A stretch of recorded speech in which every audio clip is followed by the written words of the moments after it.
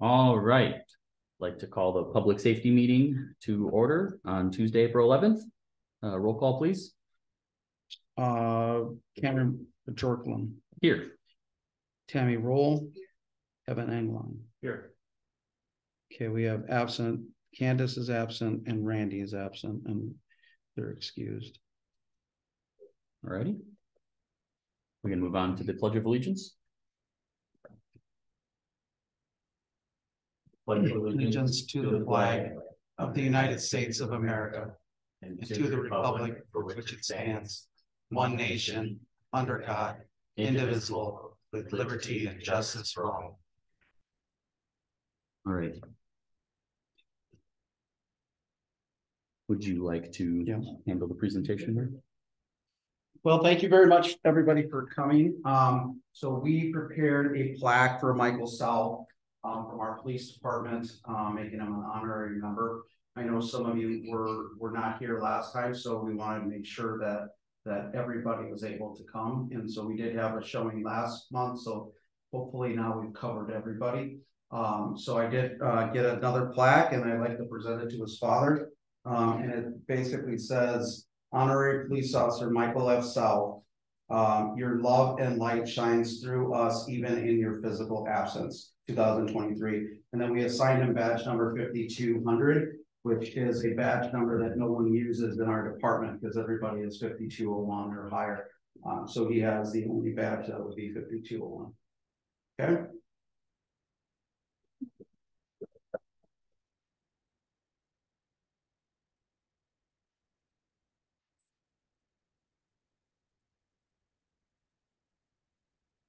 I want to thank you for doing it. You're very welcome. Thank you. It's our pleasure.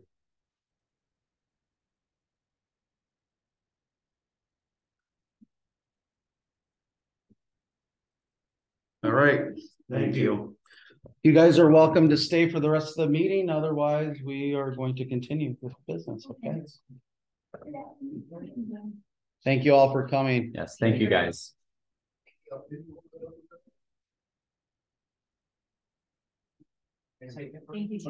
Oh, you're very welcome. Very welcome. What's that? You guys not a picture? No, that's for him to take with him. Do you have one? No, you don't. Are you I will be here.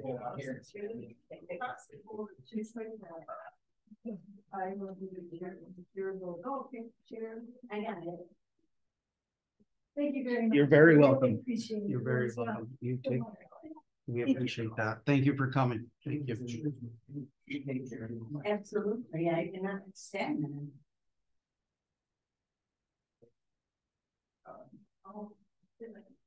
Thank you. You're very welcome. Take care, guys. Thanks again. You're very welcome. All right. I think we can move on to public comment. This is an opportunity for anyone to address the committee on any issue. Please observe the time limit of 3 minutes. While the committee encourages input from residents, it may not discuss or act on any issues that are not duly noticed on the agenda. I assume nobody here for public comment. Did you get any emails? Or anything? No emails. And I do have someone on, but I believe that's representative from EMS. Holly. Okay. Very good. Move on to approving the minutes from the last meeting. You guys should have a copy in your packet. Did everyone get a chance to read it beforehand? Yep. Are there any corrections? No corrections. Okay. I think the board usually does a motion and stuff to go through, but I read online that you can just, if no one has corrections, we can just assume that it is good. So minute should be good there. I think you still. You want to do a motion? Yeah, I think it would be just nice just to approve the minutes. All right, I have a motion to approve the minutes. And a second. Any discussion? Nope. All right, all in favor, say aye. Aye. Thank you. All opposed, say nay. Okay. All right. Report. I guess me. Yeah, I haven't formally met everyone here, and I know we don't have everyone in the meeting, but I am Cameron Jorkland. I've been on the village board for a year now, so I'm halfway through my 2-year term. I guess this year is the year for me to be on the public safety committee. You guys are gonna have to forgive me. I have not been a chairperson on a meeting and figuring out Robert's Rules of Orders and all that stuff for like, not just being in a meeting, but actually leading one. So just yell at me if I'm doing something wrong, like Chief Tony just did there. That'll be perfect. So yeah, Sounds good. thank you guys. And yeah, so sorry about any bumps in the road for the next couple of meetings until I kind of get used to stuff. Yeah, this is a pretty laid back crowd. I kind of assume so, but There's no rough housing here. all right. Anyone else have any updates? Members, I put down update on trout days here by Kevin Engline on the agenda, just so we could get an update on trout days. Sure. Yeah, I'll give you a quick update. Again, for those that don't know, I chair Trout Days as part of the Lions Club. Trout Days has grown over the last few years by intent. And one of those is partnership with the chamber as well. So I kind of wear dual hats as I'm on the chamber board as well. And intent is obviously for this to be a community-wide event. And it's been that now. The last few years, we've had good representation from not just Lions and chamber members, but also the Optimists, all the various environmental groups from BECWA to Trout Unlimited to 4-H, Girl Scouts, Boy Scouts. List just keeps going on and on, which is really Friends of the Lower Wisconsin Waterway. So yeah, a lot of good stuff. We're this year doing a community-wide cleanup the weekend before Trout Days.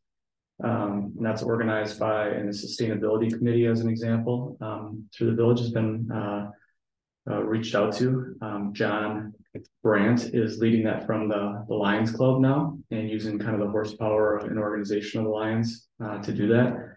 So that's going to happen the weekend before. Just want to make sure that whether it's the village or other groups know that the stream, Creekside, Sander Park, boardwalk, as well as the whole route of the 5K this year, 5K run walk as part of Trout Days is going to happen. So that's going to go all the way down the boardwalk, obviously down to KP and then out KP West, out to the new subdivision and loop back, and we'll end at the middle bridge there. The easiest one to say is the one by the Vessel Cafe will be the finish line. So anticipate a lot of people. There'll be music, 6 bands playing again this year. The wine walk's going on later that afternoon. Just a lot of things going on within the park then too, with kids activities.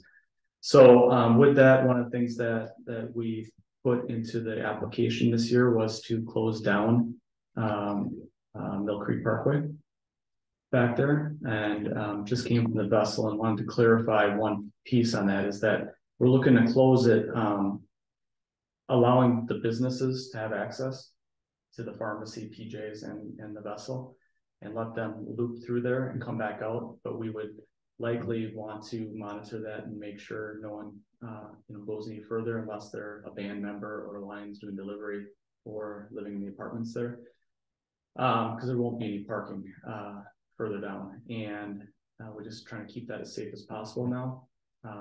We're likely going to also be monitoring to make sure that there's not event people parking in that business parking, which has been an issue. Understandably, it's tight down there. We're just going to ask people to walk a block instead of parking right there and not allowing space for the businesses. A lot of things going on. I just wanted to highlight a few of them. They'll be set up, of course, happening a couple days prior, starting. A bulk of the event stuff will be right in the middle by Esser Square there. And the isthmus out there will be where the music's played again. So we're not asking for village resources outside of the Park and Rec and Jerry and some of the group that brings picnic tables over and dumpsters, recycling, and some colons or barricades. Outside of that, from a staffing perspective, we're going to, ask that whether it's EMS, fire, or police, have a presence down there like they've done years past. Let kids climb on stuff, but know that they need to respond and need access in and out and can't be stacking something. So I think that's a majority. Do you guys have any questions related to truck days this year and some of the things that are happening? The safe ride program that the Wine Walk is doing again. I think that's running from 3 to 9. 5 to 9 p.m. I'm not sure if there, some of the funding around that, but there, from a public safety perspective, I want to make sure we highlighted the road, the closure, where it's at, and the other part would be at the other bridge. So allow people to get in and out of Kelchers. And that's where EMS is set up, the ambulance there. There'll be a lot of kids in that area, in Ice Age Trail. So we'll need some signage and things like that as well. But more just volunteers directing traffic and making sure that in that main corridor area, it's safe for runners, walkers, a lot of kids in the area. So that was our choice now to close that down, but we're trying to be as cooperative as can to the businesses. So that's my update, unless you guys have questions. No. Thank you. Yeah, sounds good. Awesome. Report of the first responders. Okay, I'm gonna ask that she Unmute. unmute.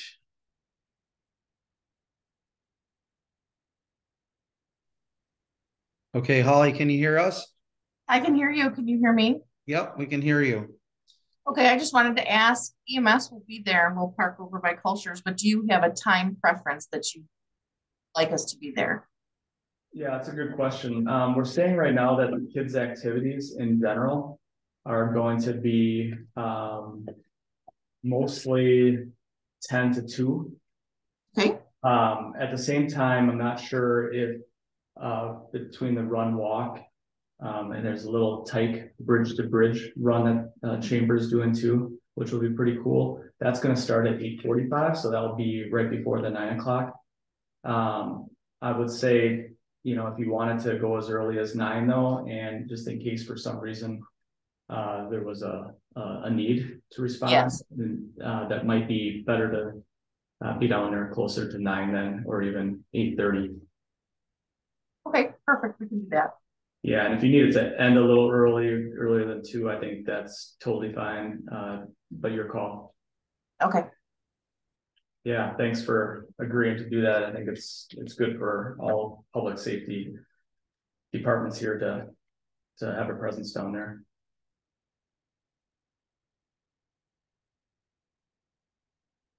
Do you have anything else, Holly? Not on that. On that, just do you want me to do my report? Yep, Yeah. that's where we're. Okay. All right. So Cross Plains EMS is actively looking for volunteers to run with us, whether it be sending you to school or starting to drive or whichever. And we will be doing a yard sign campaign that's starting soon. So you'll see those through the community.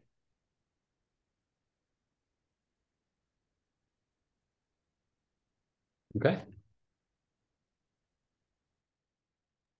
All right. Justin, you got a report for us? I do. So far we're at 39 calls for the year. Nothing too crazy out of the ordinary. As far as calls, pretty much the everyday stuff. Last group of members will be taking that are in the Swiftwater program classes, which is part of the grant, the regional FEMA grant that we were part of, along with 6 other departments. So the last group will do the classroom part next week, or tomorrow actually. And then there'll be 3 weekends in May where members will be going over to Baraboo, the technician, and then 3 weekends in June where some of the members are going to go up to Iron Mountain, Michigan to do their practical.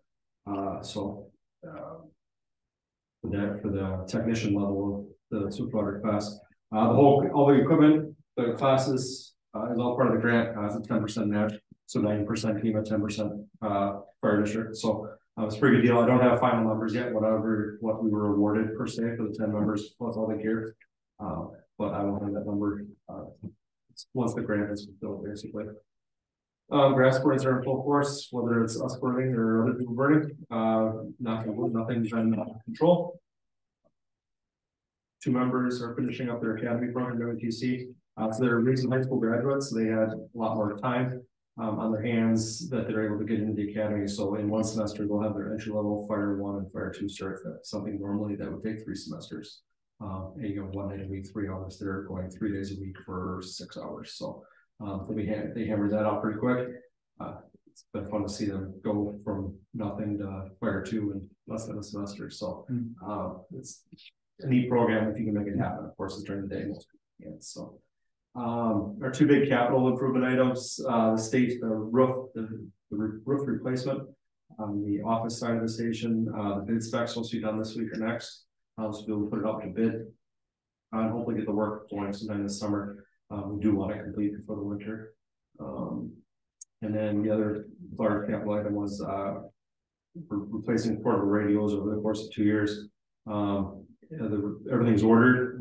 As Tony can attest to, the radios are here, but the chargers and microphones aren't. So hopefully sometime we'll get those shipped to us. The new truck that we ordered a year and a half ago is still on schedule for November, December delivery of this year. Once the chassis ships from Ford to Pierce, we'll actually get a real date from Pierce, but they just are kind of sitting at November, December. So it could be sooner, could be later. And then of course we're always looking for volunteers. So if there's anything, we'll start doing Facebook, social media, probably get something in the newsletter, the village, that kind of stuff. So that's all I have. Good. Okay. My report consists of 3 things. So calls for service so far this year, I cut it off at the month. So as of March 31st, we have 927 calls for service, which is up from last year. In the month of March alone, we had almost 400 calls for service. So we're in line with the trend that we've seen, a little bit of a hike. Nothing noteworthy, nothing major. We did have the recent case that we had was a burglary / a stolen vehicle, which we ended up was recovered in Madison. 4 teenagers fled from the vehicle and were captured. 14-year-olds was the youngest of the 2 14-year-olds actually. Pretty young kids that are doing it. Inside the vehicle was a handgun. So they're coming to town with handguns. What we do know is that they're not breaking into cars. They are going into unlocked cars. We continue to see that as a problem. We post things on Facebook. We talk to people, and it's still, all they do is rattle doors. If they can't find an open door, they leave because they're not going to spend any time. And once they get in your car, then they're looking for a garage door opener. And even if they don't get in your garage door opener they take the garage door opener and then sell it, in Madison for money and tell people where they've recovered it. So now you're a target for a burglary at a later time if you don't change it. So it's just snowballing, and it's happening quite a bit. We've had no issues. Sometimes they come to town, they rattle some doors, they garner our attention because a Ring camera picks them up, and then they leave and nobody was victimized. So if we keep those things going, it's great.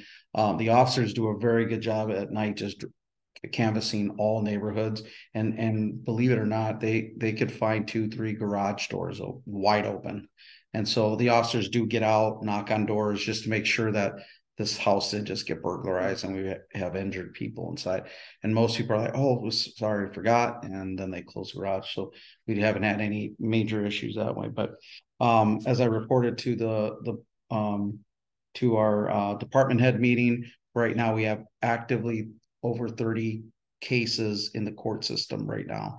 And when I mean court system, I don't mean traffic tickets, not that. I'm talking DA referral cases, anywhere from sexual assault to robberies to thefts to burglaries.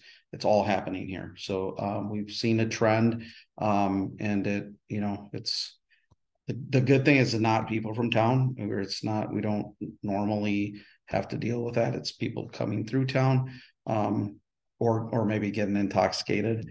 We have had a little bit of a spike with drunk drivers, and I'm not talking first offenders. I'm talking 5th, 6th, 7th.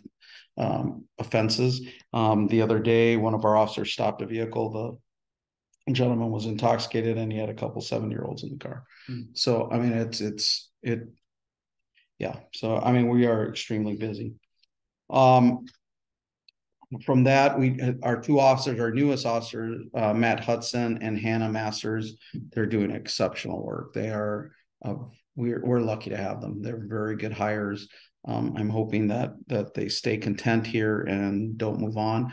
I am sending them to a lot of training because they are new and younger and require a lot of training, which makes me nervous. It's a two-edged sword because they need the training, but now they're rubbing elbows with other departments and other people and other staff, and that's where recruitment happens, and that's where you tend to lose people. But I meet with them often, and I meet with all the staff often. I do a lot of one-on-ones just to make sure everybody's on the same page, and we do a lot of department meetings monthly, so that helps too, just to build rapport. But we're in a situation where we're not competitive with our area. So people have to want to be here for other reasons other than just money and funding, because we can't compete with the Middleton. We can't compete with Mount Horeb. Mount Horeb pays $5 more an hour just to start. Middleton is even higher than that. And when you're competing with those places and Waunakes, and people could still live in this area and work in those departments that are struggling as well. Middleton had like four openings recently. And Mount Horeb they ran through a process, didn't get a lot of people to apply. So Waunakee, same thing. I think he was telling me, the chief there was telling me that they had 14 applicants where we used to have 100. 100 for one job. Now it's not like that. So it's highly competitive, and nobody can compete with the sheriff's department and even Madison PD. They're paying a lot of money, and so they're taking a lot of our staff. So people have to want to be here for other reasons other than funding. So, but otherwise, our officers are doing well. And then the last thing I just wanted to mention, and this I will need your support. At some point, I'll be bringing to the board, we are in desperate need of squad cars. We have 2 squad cars that are in rough shape. So one of them is a 2016, and the other one's a 2017. So do the math, they come out in September of the year before they're built. So, these things are 6, 7, 8 years old. A lot of driving in them, a lot of idling, a lot of stop and go, a lot of driving fast to one place and back and forth. And they're in rough shape. And the last 3 years to keep those things, well, I should say 2 years, to keep those 2 squad cars in operation, I've spent over $12,000 from my budget. So like, for instance, this budget alone, I'm down to $300 in my maintenance budget because I had to replace water pumps, and those things they're like $2,800. So very expensive, hard to keep, and they're nickel and diming us now. We're constantly having to fix something. Got a rattle in the 2016 that I can't identify.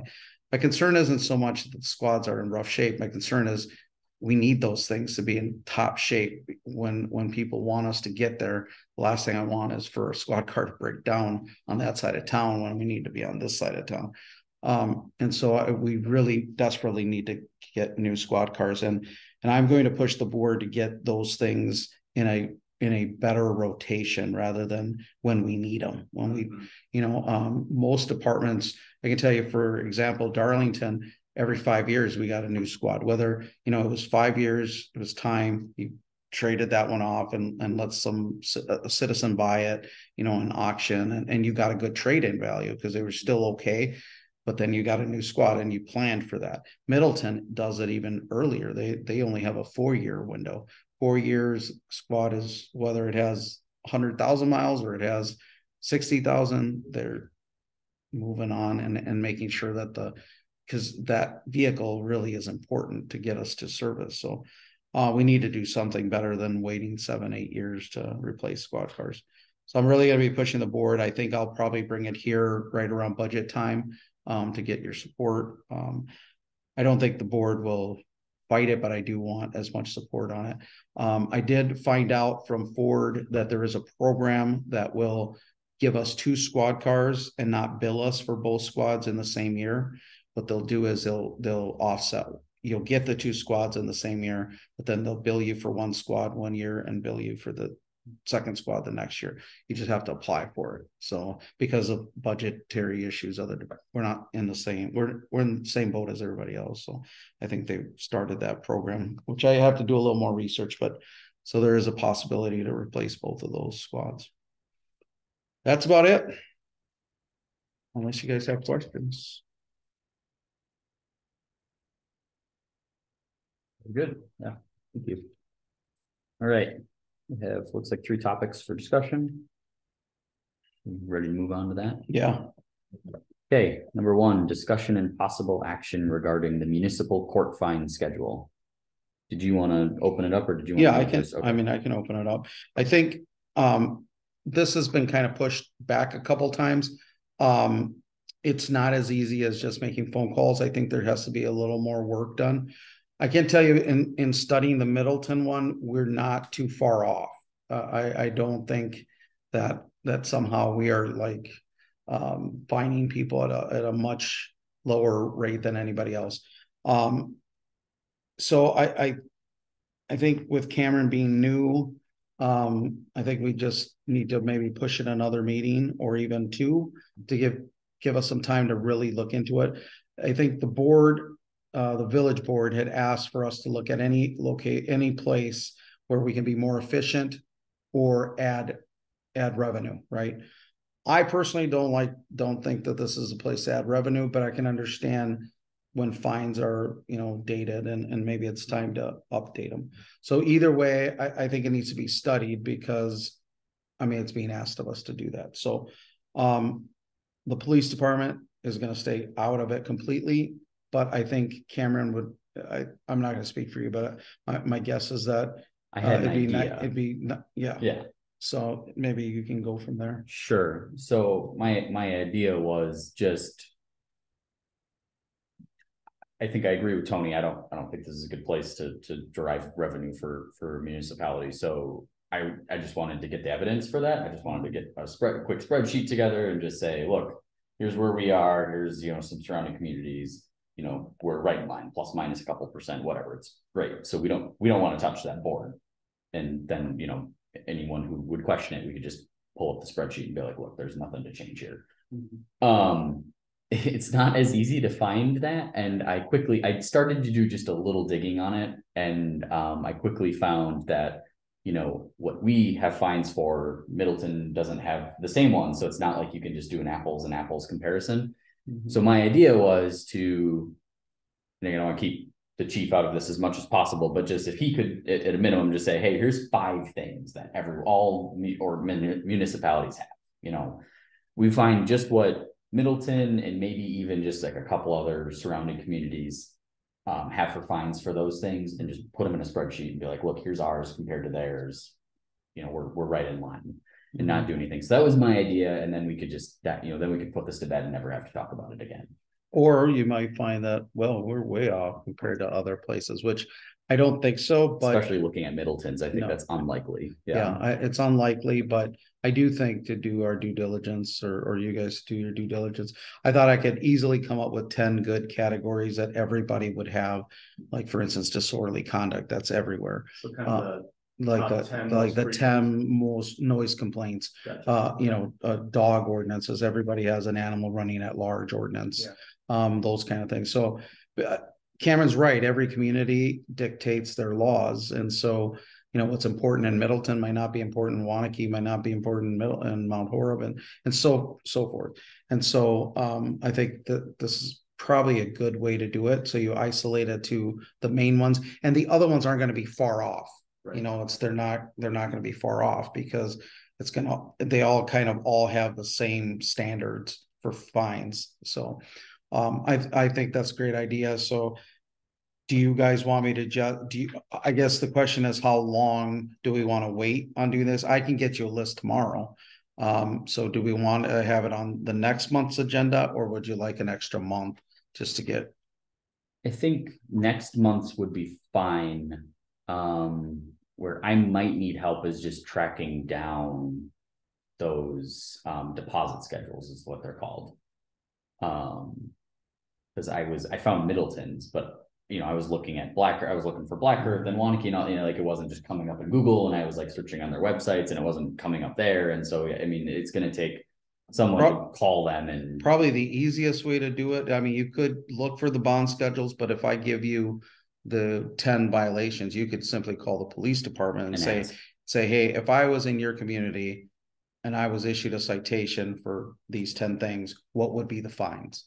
And I think they could easily tell you that. And then the court clerk should have a fine scheduled like we have here, because it is an open record. Somebody could say, I want to know what all the fines are. So they're somewhere. They're somewhere in the clerk system, but it might be just as easy to contact the police departments and say, hey, these are 10 violations of law that if I was issued in your community, what would the fine be? Okay.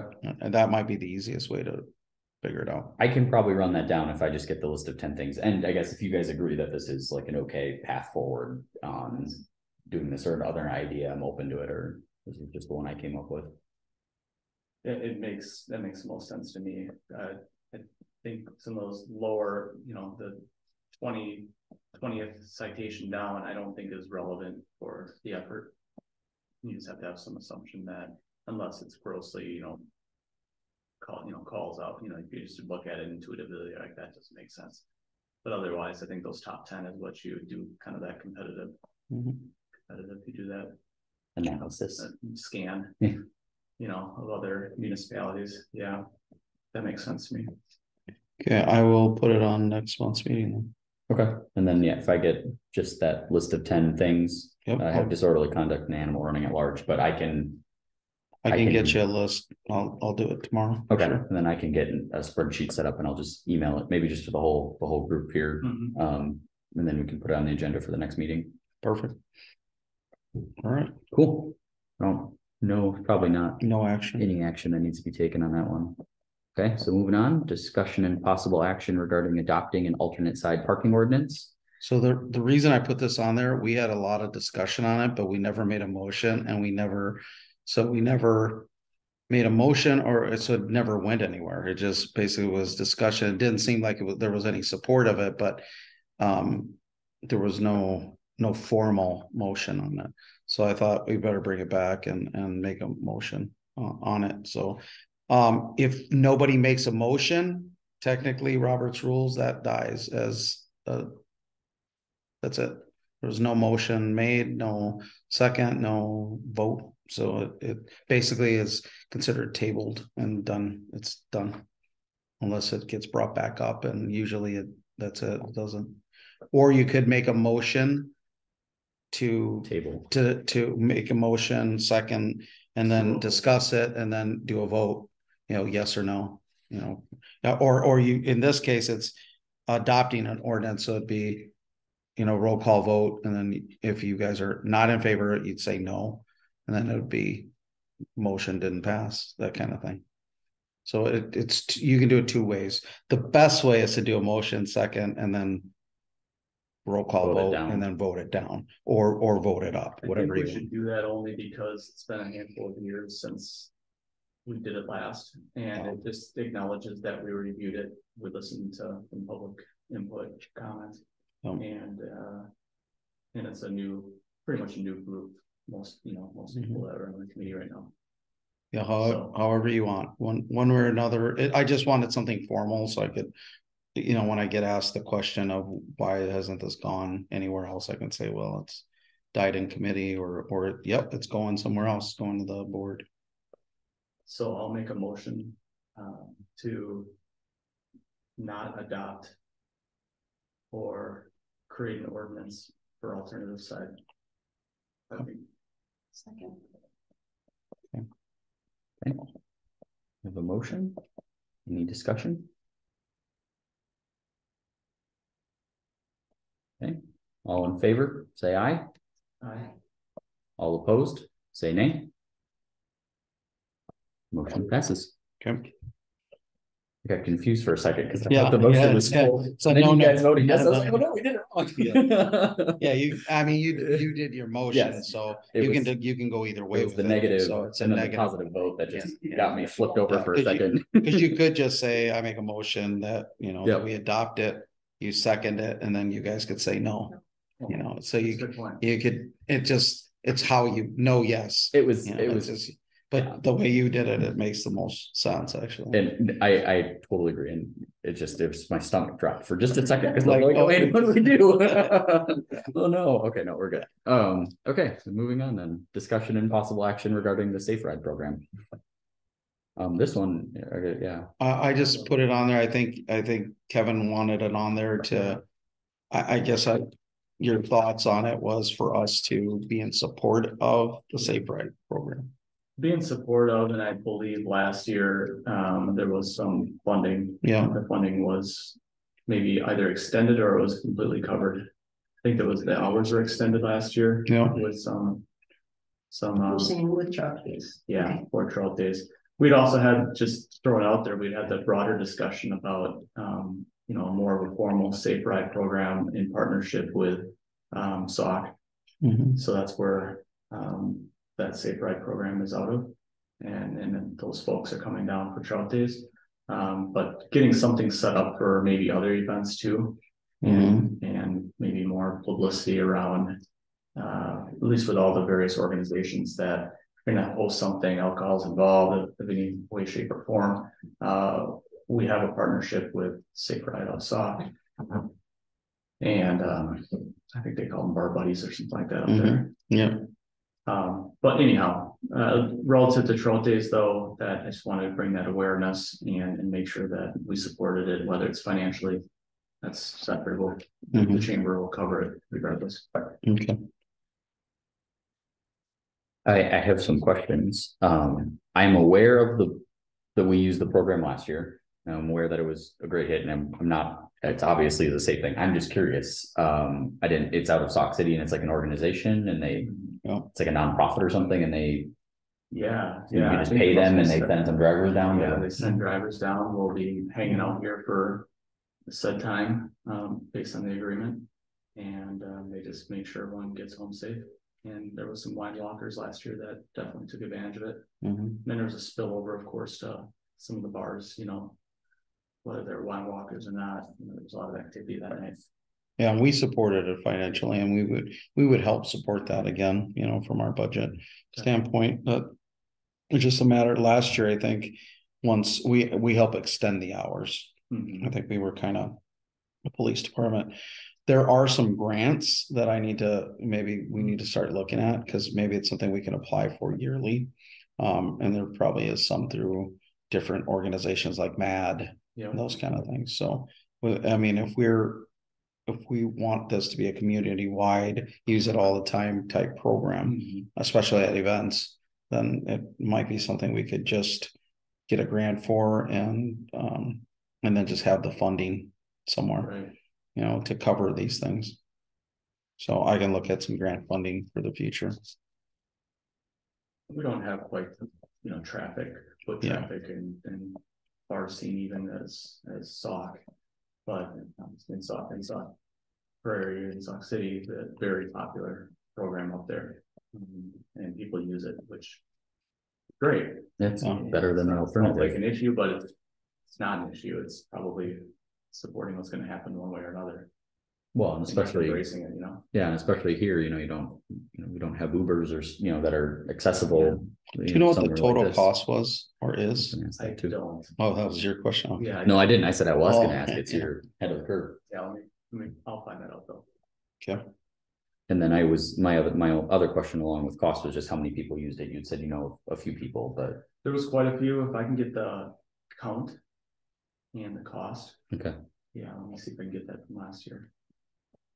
And I only bring that up just, again, it would be good if, I mean, Absolutely. it's gonna probably come to the board. I think it did last time at least. So just to say, hey, look, people used it last I year. don't know where it ended up last year. I think we just funded it out of our budget. It wasn't a lot. It was like $100. Oh, I mean, okay. it wasn't, was an astronaut. I think the total cost was more than $100, but we funded a portion of it. And, and I don't think I mean, I'm not sure if the village board would Well, if it's that low fund amount, it, you know, Yeah. because of, I mean, there's been conversation surrounding fees, things to cover those kind of things and cover costs. And so I don't think so. That's why I'd like to, I can do some research on grant funding that maybe the police department could apply for. And we have a grant policy. So as long as it doesn't require,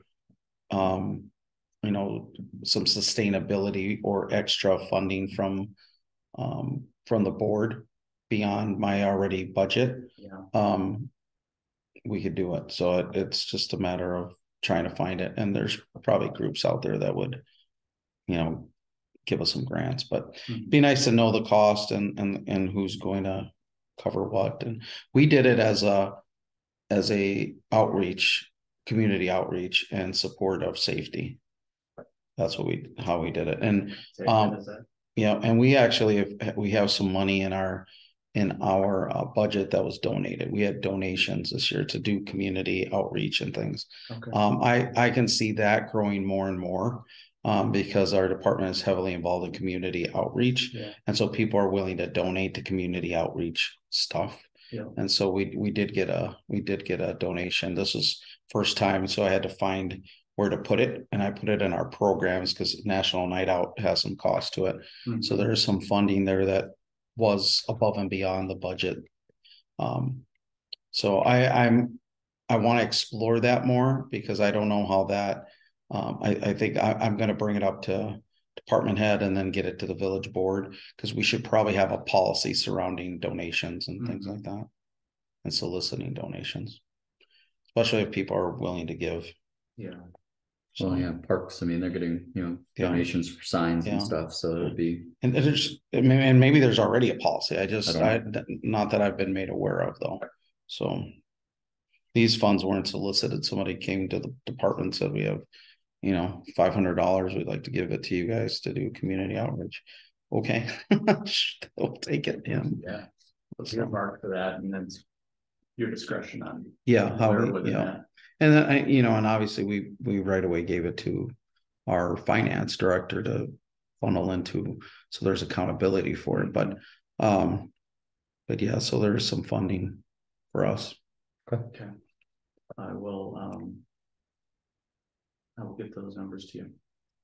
Perfect. And are you looking for like a motion, like you said, no, chamber was looking for support or something, or I think it was just more awareness and support. Okay.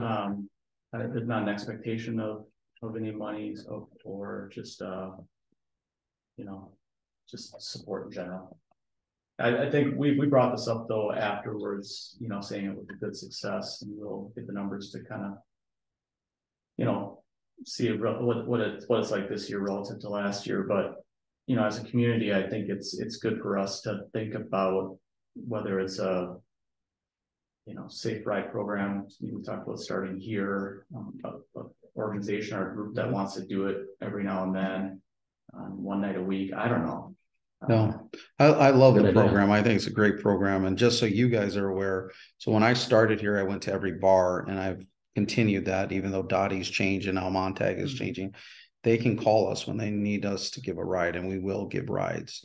I mean, obviously we're a police service, not a taxi service, so we have to be careful not to give too many rides, because then or too far of a ride, because if we have an emergency, what am I going to do with someone, you know? So there's a balancing act there, but you know, if somebody's stranded and we need to help them out, you know, that's what we're here for. So we get them home safe. The only issue that I could see happening, and I did tell the bars this, is if you give us someone too intoxicated, now we got to find someone responsible, because now we're kind of on the hook a little bit to ensure that they're responsible to care for themselves. So now, you know, now you might put them in a bind when you put them in our squad, and now we're like, okay, we got to find, you know, a husband or a wife or a family member to care for them, because we have a form that would need to be signed. Somebody just simply, hey, I had 2-3 drinks, they're perfectly fine, but they just don't want to take a chance. That's easy. I mean, that's a simple, get in the car, we'll give you a ride. It's those highly intoxicated, unable to balance, and because you drop them off at home and something happens to them, guess who's gonna answer for that? Get them in the front door, Yeah, close the door. you know, You have to go, going Yeah. further than that.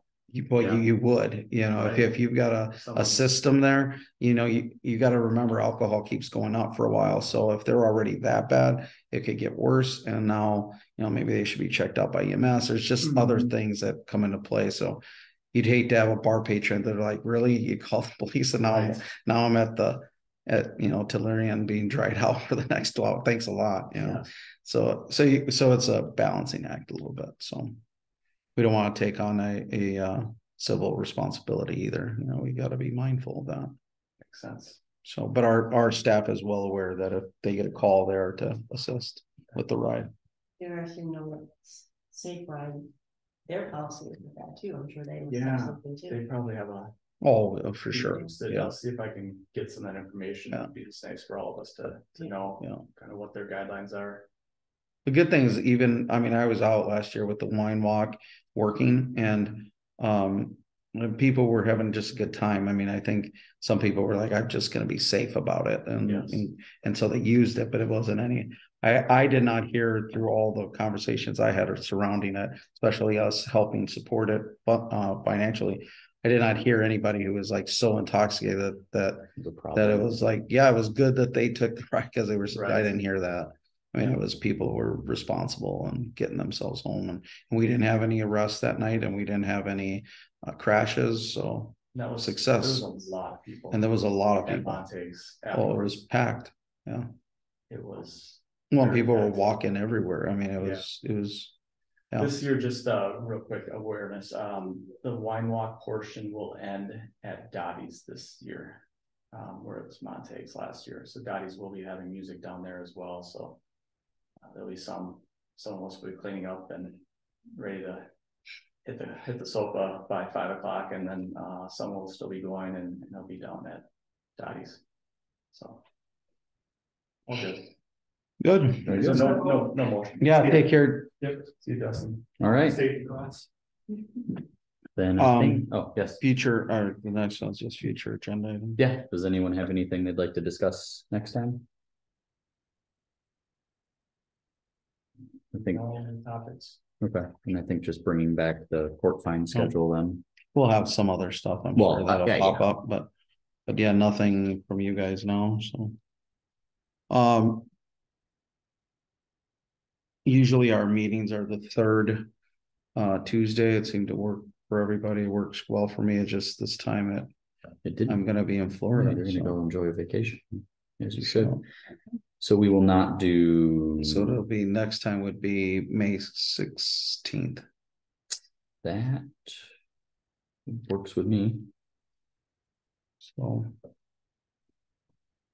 I will not be here. Okay. I'll be out of state traveling. So I'm sure we have. we usually don't struggle with the quorum on that day. That's why it's been maintained on the third Tuesday. Every now and again, somebody like I think Candace has struggled the last couple of months, but she's going through, selling the business and going through some things. So I think, we just continue it. And usually we can get, I don't think we've ever canceled a meeting. It's usually we get 3 pretty easily.